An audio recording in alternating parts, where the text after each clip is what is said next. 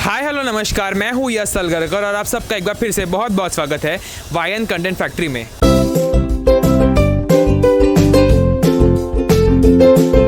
तो गाइस, अभी हम बात करने वाले हैं अरविंद कौर जी से, जो हमारे एक्टर्स के थिएटर को लेकर सवाल होते हैं। आप सब भी जो सवाल पूछते हैं हमारे कमेंट पे, तो उन सब से जुड़े कुछ सवाल हम उनसे पूछने वाले हैं और आपको उससे हेल्प होगी। तो अरविंद कौर जी, आपका बहुत बहुत स्वागत है हमारे इस वीडियो में, हमारे चैनल में।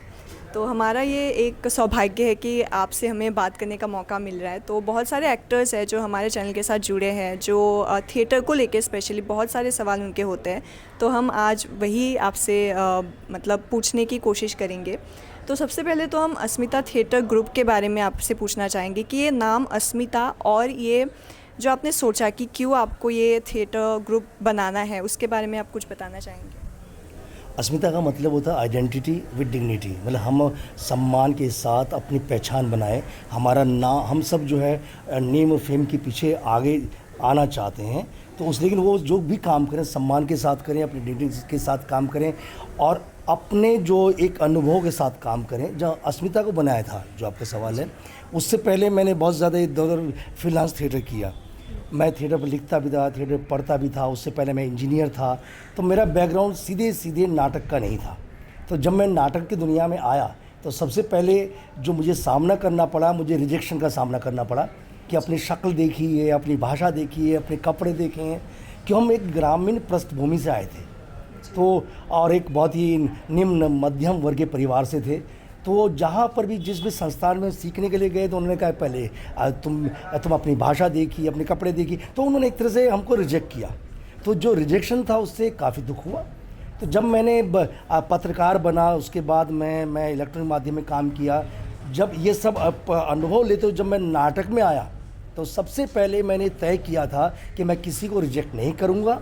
कोई भी चाहे उसका कद क्या हो, शक्ल क्या हो, कपड़े क्या हो, बैकग्राउंड क्या हो, या किसी भी पृष्ठभूमि से आया वह एक्टर है, उसको अवसर मिलना चाहिए।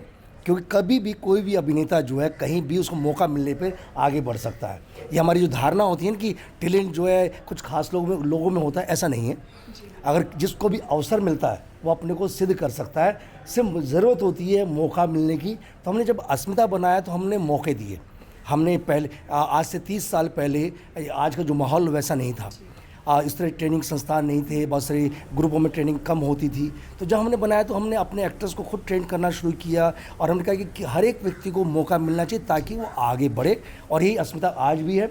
हम हर व्यक्ति को, हर एक्टर को मौका देते हैं कि आइए, काम कीजिए, मेहनत करिए। ये आपके ऊपर है कितना आप मेहनत कर पाते हैं और कितना आप आगे बढ़ पाते हैं। जी बिल्कुल। अभी एक्टर्स के मन में सवाल होता है कि थिएटर कितना ज़रूरी है एक एक्टर के लिए, एक बेहतर एक्टर बनने के लिए। देखिए, जो भी आप किसी भी क्षेत्र में जा रहे हैं, जब तक उसकी बुनियादी जानकारी आपको नहीं होगी, उसका अभ्यास नहीं होगा, आगे नहीं बढ़ सकते हैं। एक खिलाड़ी जो 100 मीटर की रेस दौड़ता है, वो 100 मीटर के लिए रोज़ाना 15 से 20 किलोमीटर दौड़ता है। एक क्रिकेट का खिलाड़ी जो नेट प्रैक्टिस करता है, वही उसको जो आगे मैच तक लेकर जाती है। एक गायक रोज़ाना 4 से 5 घंटे प्रैक्टिस करता है, एक सिंगर रोज़ाना प्रैक्टिस करता है। तो अभिनेता की प्रैक्टिस भी उसी तरह होनी चाहिए। और जब अभिनेता समूह में काम करता है और साहित्य पढ़ता है, नाटक पढ़ता है, कविताएं पढ़ता है, सिनेमा देखता है, पेंटिंग देखता है, या बाकी कलाओं का सामंजस्य करता है, तो उसकी समझ बढ़ती है। तो ट्रेनिंग से उसका और ज़्यादा उसकी समझ बढ़ती है और ज़्यादा आगे बढ़ता है। दूसरे की अभी समय एकदम प्रॉपर जो भी है विशेषज्ञता हो गया है। आप जो है चीज़ों को जानते हैं, समझते हैं, आप कैसे उसमें एक्सपर्ट हैं। तो उसके लिए ज़रूरी है कि आप रोज़ाना काम करें। और अभिनेता के लिए बिना काम के, बिना खुद की प्रैक्टिस के वो अभिनय नहीं कर सकता है। ये एक बहुत महत्वपूर्ण बात है कि अभिनेता जब प्रारंभिक स्तर पर होता है तो बहुत मेहनत करता है। वो जो है नाटक भी करेगा, थिएटर ट्रेनिंग भी करेगा, सब कुछ करेगा, लोग से बात। लेकिन जैसे ही वो अपने काम की तलाश में मैदान में आता है, तो वहाँ पर उसका काम बंद हो जाता है। वो सब कुछ करता है, वो लोगों से दोस्ती भी करता है, अब पार्टियों में भी जाता है, ऑडिशन भी देता है, और अपने कहाँ रास्ते बन रहे हैं उसकी भी तलाश करता है। लेकिन अपने अभिनय पर जो उसको 4-5 घंटे रोज़ाना करना चाहिए, समूह में करना चाहिए या व्यक्तिगत रूप से करना चाहिए, वो बंद हो जाता है, वो कम हो जाता है। तो ज़रूरत है कि आप लगातार, जब आप बम्बई में हैं, दिल्ली में, आपके पास मौका है, तो किसी न किसी नाटक समूह से जुड़े रहिए उसके साथ रेगुलर नाटक करते रहिए। उससे एक तो ये होगा, आप नए लोगों से मिलते रहेंगे, लोगों जानते रहेंगे, समझते रहेंगे, और एक लगातार मंच पर जो आपका अभ्यास है वो लगातार रहेगा। इसमें मेरा हमेशा है कि आप लगातार अभ्यास कीजिए। एक गायक अभ्यास करता है, एक खिलाड़ी अभ्यास करता है, संगीतकार अभ्यास करता है, तो अभिनेता का अभ्यास भी उसी तरह से रोज़ाना लगातार होना चाहिए। जी बिल्कुल। तो आपने अभ्यास की बात की, तो उसी से मेरा अगला सवाल है कि कुछ एक्सरसाइजेज जो लोग कर सके, स्पेसिफिकली जो लोग मतलब अगर जो लोग घर पे है या ऐसे मतलब एक्सरसाइज करना चाहते थोड़ा बहुत, तो कुछ आप बता सकते हैं? देखिए, सबसे पहला है कि अपने शरीर पे काम कीजिए, दिमाग पर काम कीजिए, आवाज़ पे काम कीजिए, और नाटक पढ़िए, साहित्य पढ़िए। सबसे बड़ा अभ्यास तो दिमाग पे काम करना है। हम प्रैक्टिकल रूप से अभिनय का काम तब प्रारंभ होता है जब आप जो है जानते हैं, आप समाज को जानते हैं, देश को जानते हैं, दुनिया को जानते हैं, किताबों की दुनिया जानते हैं, नाटक की दुनिया जानते हैं, अच्छा सिनेमा जानते हैं। सबसे बड़ा अभ्यास तो ये है कि आप अपना मानसिक जो है उसका विकास कीजिए, कि उसके अभाव में आप जब मंच पर भी जाएंगे या सिनेमा में भी जाएंगे, कहीं पर भी जाएंगे, तो आपकी समझ क्या है। तो समझ का विकास का सबसे ज़्यादा जो अभ्यास हम खुद कर सकते हैं। जैसे मैं लगातार रोज़ाना अखबार पढ़ता हूँ, मैं रोज़ाना दुनिया में क्या हो रहा है जानने की कोशिश करता हूँ, नया साहित्य क्या है जानने की कोशिश करता हूँ, भारत के रंगमंच में अलग अलग क्या हो रहा है, मेरी कोशिश रहती है कि मैं जानूँ, दुनिया के रंगमंच में क्या है उसको मैं जानने की कोशिश करता हूँ। मेरे से ज़्यादा बड़े निर्देशकों ने क्या कहा है या नए निर्देशक क्या कर रहे हैं, वो मेरी कोशिश होती है। तो ये सब मेरा होमवर्क है। ये मेरा क्लासरूम में नहीं आता है, क्लासरूम में मैं आकर नहीं करता हूँ, मैं अपने होमवर्क में करता हूँ। उसका जब क्लासरूम में आता हूँ, तो जब मैं छात्रों के साथ काम करता हूँ, वो मेरी बातचीत में, मेरे अनुभव में निकल कर आता है। ऐसे अभिनेता की जो तैयारियाँ हैं, वो ऑडिशन देने से पहले, नाटक करने से पहले, रिहर्सल में आने से पहले जो उसकी तैयारियां हैं, जो अपने घर पे करनी चाहिए या लगातार करनी चाहिए, वो ये कि अपने दिमाग का विकास करे, अपने शरीर को स्वस्थ रखे, और उसके बीच में लगातार फिजिकल और जो मेंटल और वॉइस की एक्सरसाइज लगातार नियमित रूप से करे। कुछ बड़े नाटक हैं जो दुनिया के बहुत चर्चित नाटक हैं, उनकी चर्चित अपने जो स्पीच है उनका एक संग्रह करे, और संग्रह करे, कम से कम 20 से 25 संग्रह करे, उस पर काम करे। अपने सोलो लोकी पे काम कर सकते हैं अभिनेता, जिनके पास जो अवसर नहीं है, घर पे ही करना चाहते हैं, या जो जिनको समूह में काम नहीं कर पाते हैं, वो अपने घर पे कर सकते हैं। और आज तो बहुत माध्यम बन गए हैं, हमारे समय माध्यम नहीं थे। अब तो गली गली में, मोहल्ले मोहल्ले में, गांव गांव में बहुत अच्छे अभिनेता निकल रहे हैं, और उनका जो टैलेंट दिखाई देता है। आप सोशल साइट्स पर रील देखिए, कमाल, एक से एक कमाल आती है। बल्कि मैं तो कई बार सल्यूट करता हूँ कि ये युवा कमाल काम कर रहे हैं, और उसमें टीम वर्क भी होता है। तो अभी टैलेंट का एक बहुत बड़ा बूम हमारे सामने आ रहा है। अब उसको सिर्फ दिशा देने की ज़रूरत होती है कि आप जो है किस दिशा में काम करें, कैसे काम करें। इसके लिए लगातार, और दूसरा कि जो प्रचलित जो ट्रेंड्स हैं उसमें जाने के बजाय अपना खुद का रास्ता बनाइए, अपनी मंजिल बनाइए, अपने ट्रेंड्स बनाइए, लोग आपको फॉलो करें। आप जो चल रहा है उसके पीछे मत दौड़िए, क्योंकि ये नहीं कि ये ऐसा कर रहा था वैसा कर, नहीं। आप पढ़िए, जानिए, और लगातार विकास करिए। मेरा उसमें है कि आप जितने भी साहित्य पढ़ सकते हैं, नाटक पढ़ सकते हैं, उसको पढ़िए, दुनिया की चीज़ें पढ़िए, और अपना खुद का एक कलेक्शन बनाइए किताबों का, सोलोलॉक्यूज का। उसको अब निरंतर अभ्यास कीजिए, क्योंकि ये आसान है घर पे करके बैठना। घर पे ही आप जो है बहुत छोटी मोटी जो थिएटर की एक्सरसाइज हो सकती हैं वो कर सकते हैं, फ्लेक्सिबिलिटी कर सकते हैं, स्पीच की कर सकते हैं। अपने थिएटर का गेम जो है उसके करने के लिए आपको समूह चाहिए, कम से 2-3 एक्टर जो चाहिए जो आपके साथ करें, जो इम्प्रोवाइजेशन कर सकते हैं। लेकिन दोस्तों के साथ मिलकर, जो अभिनेता आपके दोस्त हैं उनके साथ मिलके अपना खुद का छोटा ग्रुप बना लीजिए। मैं हमेशा कहता हूँ कि आप अगर बहुत काम, आप बड़े ग्रुपों में नहीं जुड़ पाते, तो बम्बई में तो बहुत सारे अभिनेता हैं जो यहाँ पर काम की तलाश में आए हुए हैं, उनको जोड़िए। बहुत समय होता है, हर समय आप ऑडिशन नहीं दे रहे होते, हर समय फिल्म की शूट नहीं कर रहे होते, हर समय जो है वेब सीरीज में नहीं हो रहे होते। तो जो आप समय दोस्ती में या अड्डेबाजी में या पार्टी में लगाते हैं, वो दोस्तों के साथ बैठकर नाटक पढ़ने में लगाइए, उनके साथ इम्प्रोवाइजेशन में लगाइए। वो इम्प्रोवाइज करते करते हो सकता है कई बार नाटक बन जाते हैं, बहुत अच्छे नाटक बन जाते हैं। तो जो अभ्यास हम आसपास कर सकते हैं उसको ज़रूर करें। इंतज़ार मत कीजिए कोई बड़ा डायरेक्टर आपको घर से बुलाएगा या ऑडिशन हुआ कि आप बुलाएगा, करिए। आप अपना अभ्यास लगातार करिए। मैं जब नाटक में नहीं था, जब मुझे रिजेक्ट कर दिया गया, उस समय लाइब्रेरी में जाकर बैठता था। मैं सुबह से लेकर शाम तक लाइब्रेरी में बैठता था, लाइब्रेरी में पढ़ता, दुनिया भर का साहित्य लिटरेचर मैंने पढ़ा, नाटक पढ़े, बहुत सारे निर्देशकों के बारे में जाना, पीटर बुर्क के बारे में उसी समय जाना, इब्राहिम अलकायकी साहब के बारे में उसी समय जाना, हबीब साहब से उसी समय मेरा परिचय हुआ। तमाम उस समय के जो भी मेरा सौभाग्य रहा कि अपने समय के तमाम बड़े निर्देशकों के साथ मुझे बोलने का, बात करने का, उनके साथ रहने का अवसर मिला। तो आप भी अपने आसपास जो आपको लगता है कि ये बड़े निर्देशक हैं या अच्छे एक्टर हैं, उनके आसपास चुपचाप भी आप बैठ कर उनको भी सुनेंगे तो वहाँ से भी आपको बहुत कुछ मिलेगा। तो ये है कि लगातार अपना अभ्यास, अपनी तैयारियाँ वो ज़्यादा ज़रूरी है। आप सिर्फ ऑडिशन का इंतज़ार मत कीजिए, उसको सफल होने का इंतज़ार मत कीजिए और सब कुछ करें आप। लेकिन अगर आप अभिनेता हैं, अगर आपने अभिनेता का काम चुना है कि मैं अभिनेता बनना है या अभिनेता हूँ, तो आपको 24 घंटे में से लगातार जो है 16 से लेकर 18 घंटे आपको अभिनेता की तरह ही सोचना पड़ेगा। आपको लगातार समझना पड़ेगा आसपास क्या चल रहा है, क्योंकि बहुत तेज़ी से दुनिया बदल रही है। पिछले 10 सालों में दुनिया वो नहीं है जो पहले थी, और शायद मेरी वाली जनरेशन वो है जो आज के नौजवान अभिनेता हैं और पीछे की जो जनरेशन के मध्य में हम हैं कि हम इस तकनीक को भी सीख रहे हैं और नई चीज़ों को जानने की कोशिश भी कर रहे हैं। हमारे सामने ज़्यादा चुनौतियाँ हैं, तो आपके पास तो युवाओं के पास तो बहुत सारी चीज़ें मिली हैं उनके साथ, तो उनको ये तकनीक मिली है, बहुत सारी चीज़ें उनको सोशल साइट से लेकर तमाम एक एक्सपोजर बहुत बड़ा मिला है। हमें तो उसको समझना पड़ा है, लेकिन हमारे पास हमारे पीछे के जो अनुभव हैं, जो पेरेंट्स से मिले हैं, वो हमारे काम आते हैं। तो उन अनुभवों का लाभ आप तक पहुँचे। आप अपने पेरेंट्स से समझो ना कि आपके जो टीचर हैं, चाहे वो स्कूल के टीचर हों, कॉलेज के टीचर हों, चाहे आपके अभिनय के टीचर हों या नाटक के जो मास्टर्स हों, उनको सुनिए, जानिए, समझिए कैसे तरीका उनका होता है। और एक और जो सबसे बड़ा जो माध्यम है सीखने का, वो आपके माँ बाप हैं, आपका परिवार है। माँ बाप से अधिक बड़ा शिक्षक कोई नहीं हो सकता है, क्योंकि उन्होंने आपको बड़ा किया है। तो सबसे बड़ा कि अपने माँ बाप के साथ संवाद कीजिए। अक्सर हम जब अभिनय के क्षेत्र में आते हैं या प्रोफेशनल हो जाते हैं तो हम अपनी जड़ों को भूल जाते हैं। अपने जड़ों में जाइए, जो आपका शहर है, आपका गाँव है, आपका कस्बा है, आपका मोहल्ला है, वहाँ देखिए, वहाँ ज़िंदगी है। ज़िंदगी की नवीनता आपको अपने पास ही मिलेगी, आपको महानगरों की भीड़ में नहीं मिलेगी। तो आप नवीनता लेकर अपनी मिट्टी की मतलब गंध लेकर, उसकी जो एक आपके पास खुशबू है, उसका जो एक पूरा व्याकरण है, वो आपके पास जो आपके बचपन से आपके साथ है, उसको कभी ख़त्म मत कीजिए।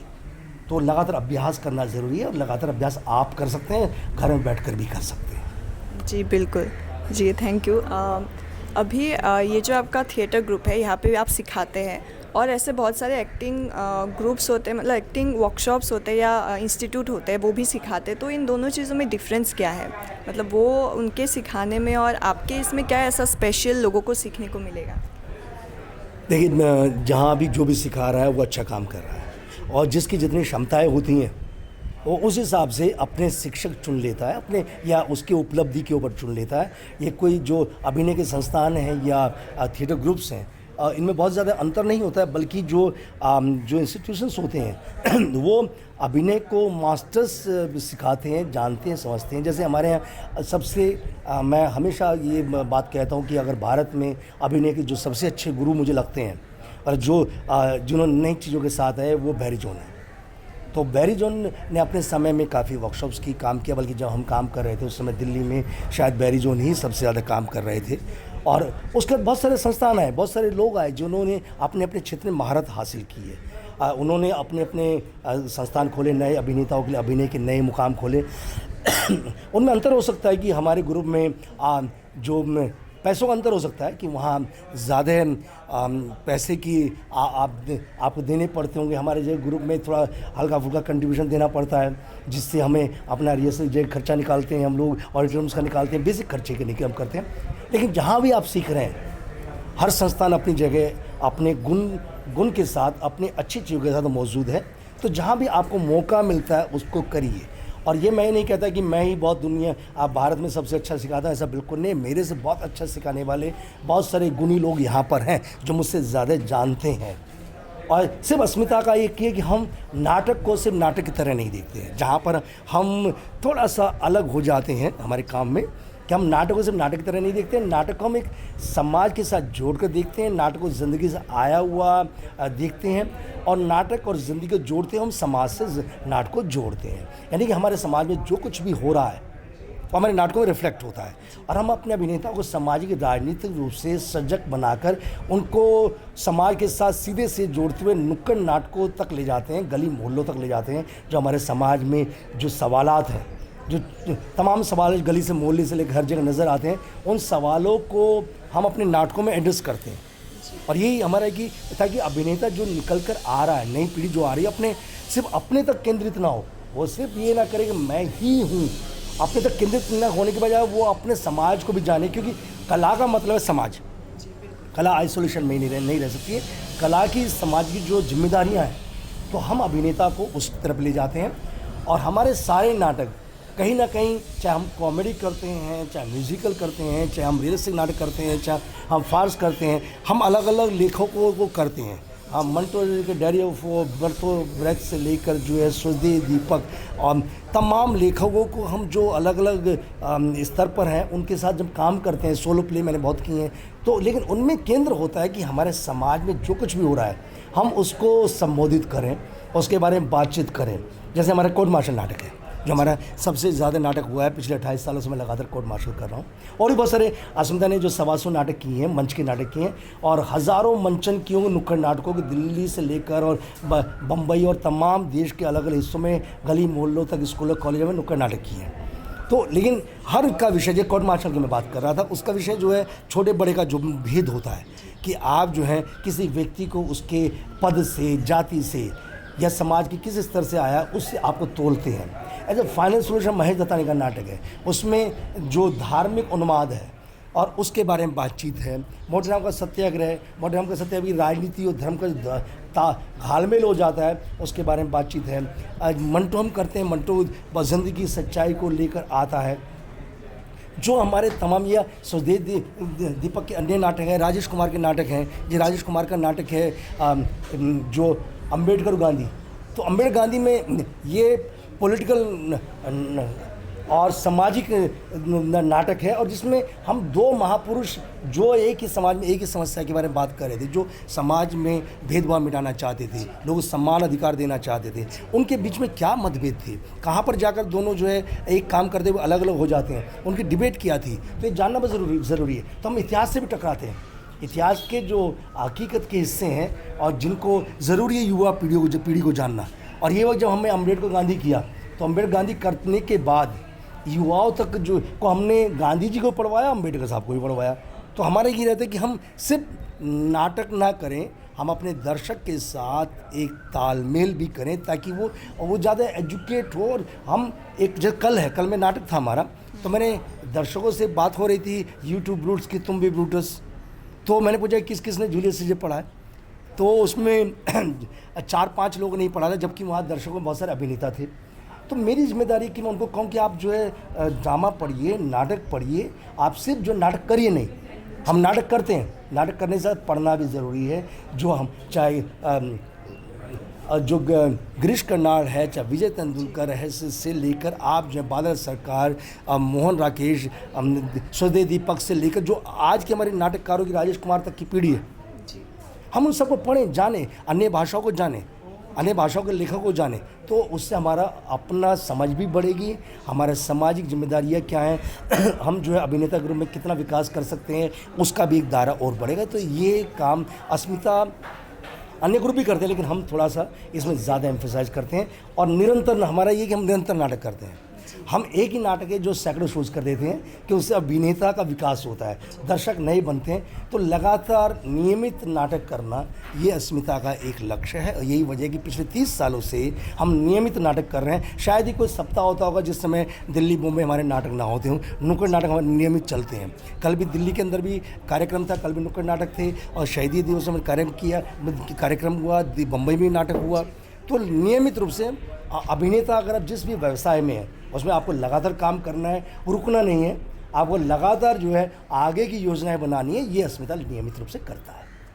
जी बिल्कुल, अगर आप लोगों को अस्मिता ज्वाइन करना हो तो इसके डिटेल्स भी हम आपको बता देंगे, क्योंकि ये थिएटर ज्वाइन करना, जैसे वो बता चुके हैं कि बहुत ही लाभदायक होता है एक एक्टर के लिए। और ये अस्मिता थिएटर क्यों ज्वाइन करना है वो भी वो बता चुके हैं, क्योंकि समाज से जोड़ता है आपको ये थिएटर, इसके जो नाटक होते हैं। तो अरविंद सर, आपसे बात करके सच में बहुत अच्छा लगा, क्योंकि बहुत कम लोगों को अवसर मिलता है गेस्ट कि आपसे बात कर सके और इतनी सारी नॉलेज, क्योंकि एक ही इंटरव्यू में या थोड़े से टाइम में तो आपसे बात करके बहुत सारे नॉलेज पाना इज़ डिफ़िकल्ट, बट सच में आपसे बात करके बहुत अच्छा लगा। मुझे भी अच्छा लगा कि आपने बहुत सारे नए सवाल पूछे, क्योंकि हम युवाओं के बीच में काम करते हैं और चाहते हैं कि जो हमारे पास जो हर अभिनेता जो सपने लेकर आया है, जो सपने लेता है, सपनों पूरा करने की जिम्मेदारी उसकी भी होती है। जी बिल्कुल। हम ऐसे एक अध्यापक के रूप में हम आपके सपनों के साथ जुड़ जाते हैं, आपके सपने हमारे बन जाते हैं।